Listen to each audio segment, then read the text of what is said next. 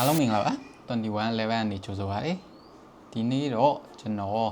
Affinity မှာမြန်မာစာမှန်အောင်ဘယ်လိုရေးကြမလဲဘယ်လိုရိုက်ကြမလဲဆိုတာလေးကိုပြောပြပေးသွားမှာဖြစ်ပါတယ်ပြီးခဲ့တဲ့ရက်ပိုင်းအတွင်းမှာကျွန်တော် Affinity မှာမြန်မာစာကိုမှန်အောင်ဘယ်လိုရိုက်လို့ရမလဲဆိုပြီးတော့စမ်းနေရပါတော့စမ်းနေတဲ့ဟာမှာဘာတွေ့ရလဲဆိုတော့ Affinity ကမြန်မာ font script ကိုကျွန်တော်တို့ဘယ်တော့ font script သုံးထားပါတော့ဆိုတော့ဒီတိုင်းကျွန်တော် Unicode keyboard နဲ့စာအုပ်မှန်အောင်ရိုက်မယ်ဆိုရင်ကျွန်တော်ဘယ်တော့ font တစ်ခုပဲ error မရှိဘဲနဲ့အကုန်လုံးမှန်မှန်ကန်ထွက်တယ်ပေါ့နော်။ဟာကျွန်တော်ဒီမင်္ဂလာပါပေါ့နော်။ဆိုပြီးရေးလိုက်ရင်ဒါအမှန်ဆုံးပေါ့။ဒါတော့ဒါဘယ်တော့ font ပါဘယ်တော့ကကျွန်တော်ဘိုးရယ် regular ရှိရပေါ့နော်။ကျွန်တော်ဘယ်တော့ font နဲ့ပြည်ထောင်စု Unicode က font script ချင်းမတူဘူးပေါ့နော်။ font script ချင်းမတူတဲ့အတွက်ကျွန်တော်ခုနောက်ပိုင်းထွက်ထားတဲ့ဒီမြန်မာ Unicode font တော်တော်များများကဒီပြည်ထောင်စု font script ကိုသုံးထားတာဖြစ်တဲ့အတွက်Affinity မှာဘယ်လိုရိုက်မမှန်ဘူးပေါ့နော်တချို့ setting လေးနည်းနည်းချိန်လိုက်ပေမဲ့ပြောင်းတဲ့အရာလေးပြောင်းတယ်ဒါပေမဲ့လိုမှမမှန်တဲ့အနေအထားမျိုးမှာပဲရှိတယ်ပေါ့နော်ဥပမာကျွန်တော်တို့အခုနောက်ဆုံး one type of font នេះဆိုရင်လည်းအဲ့လိုပဲပေါ့နော်ဆိုတော့သူကfont script ကိုမတည်တဲ့အတွက်ဒီ script တွေမမှန်ဘူးမင်္ဂလာပါရေးတဲ့အခါမှာလည်းငတ်တက်ကိုအပေါ်ပြောင်းတင်တာမျိုးတွေလုပ်မပေးဘူးပေါ့နော်အဲ့တော့ဒီဘက်ကကျွန်တော်တို့ typography script တွေလိုက်ပြောင်းတဲ့အခါမှာလည်းလိုက်မပြောင်းဘူးပေါ့ပြည်ထောင်စု script ထဲမှာကျွန်တော်တို့ဒီ Tantishan တို့ Lisu တို့စကောကရင်တို့ Western ကရတို့အကုန်လုံးပေါ့အကုန်လုံးကတခုမှလိုက်မပြောင်းပေါ့နော်ပြောင်းတဲ့ခါတော့ဒီ Tantishan တခုပြောင်းတယ်ပေါ့နော်ဒါပေမဲ့ငါတက်ကကငယ်ပေါ်ကိုရောက်တက်သွားမှာဖြစ်ပေမဲ့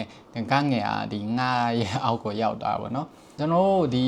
လို display font တွေကိုကျွန်တော် Affinity ထဲမှာ design ထဲမှာမှန်အောင်ဘယ်လိုရေးမလဲဆိုတော့ကျွန်တော်ဒီဘက် Windows ကနေပြီးတော့ text ပေါ့ text ကနေမှာကျွန်တော် Glyph browser ဆိုတာရှိရပါတော့ကျွန်တော် Glyph browser ဖွင့်လိုက်မယ်ကျွန်တော်ကတော့ဖွင့်ထားပြီးသားဖြစ်တဲ့အတွက်ဒီမှာ Glyph browser လေးရှိနေတယ်ဆိုတော့ကိုရေးမဲ့စာပေါ့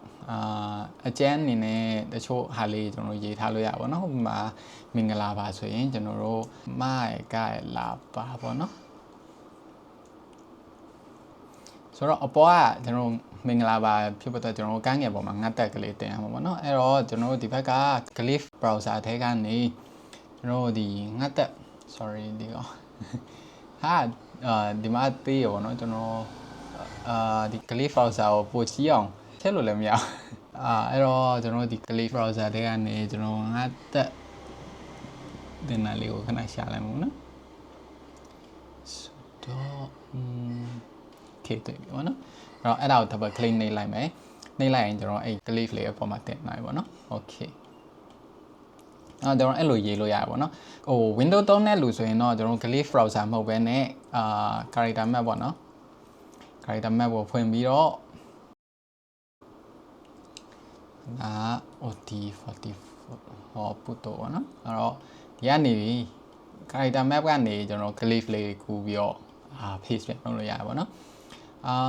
အဲ့လိုမဟုတ်ဘဲနဲ့ကျွန်တော်တခါလဲဒီမှာစာရေးလို့လည်းရတယ်ပေါ့နော် select တစ်ခုချင်းယူပြီးတော့ main ကတော့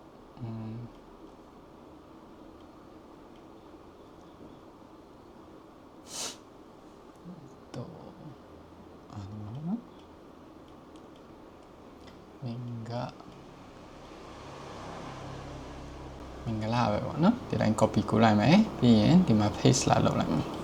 အဲ့လိုလေးလုပ်လို့ရပါဘောနော် okay လက်တလောကျွန်တော် Affinity ကနေဒီဘာတော့ script အစားပြောင်းစု script ကိုပြောင်းပေးမဲ့အစီအစဉ်ရှိမရှိတော့ကျွန်တော်လည်းမသိသေးဘူးပေါ့နော်တကယ်လို့ပြောင်းပေးဖြစ်ခဲ့တယ်ဆိုရင်တော့ကျွန်တော်တို့ကခုဒီနောက်တစ်ထွက်တဲ့ဒီ Unicode font တွေရိုက်ရတာအဆင်ပြေမယ်ပေါ့နော်ကျွန်တော်တို့လက်တလောတော့နည်းနည်းလေးအလုပ်ရှုပ်မယ်ပေါ့နော်တကယ်လို့ Affinity ကိုဆိုပြီးစာထိုးသုံးမယ်ဆိုရင်မြန်မာစာရိုက်ဖို့အတွက်ကတော့အခု Glyph browser နေပဲဖြစ်ဖြစ်မဟုတ်ရင် Windows သုံးနေဆိုရင်ကျွန်တော်ဒီ character map ကနေပဲဖြစ်ဖြစ် copy paste လုပ်ပြီးသုံးတာပို့ပြီးတော့အဆင်ပြေမယ်ပေါ့နော် ဒီနေ့ဗီဒီယိုလေးကတော့ Affinity မှာမြန်မာစာကိုမှန်အောင်ဘယ်လိုရေးလို့ရမလဲဆိုတာလေးကိုပြောပြပေးတော့ဖြစ်ပါတယ်အားလုံးဆင်ပြေရဆိုရင်ကျွန်တော် channel လေးကို like and subscribe လေးလုပ်ပြီးတော့နောက်ထပ်လာမယ့်ဗီဒီယိုလေးတွေမှာကျွန်တော်ထပ်ဆုံကြပါမယ်အားလုံး see you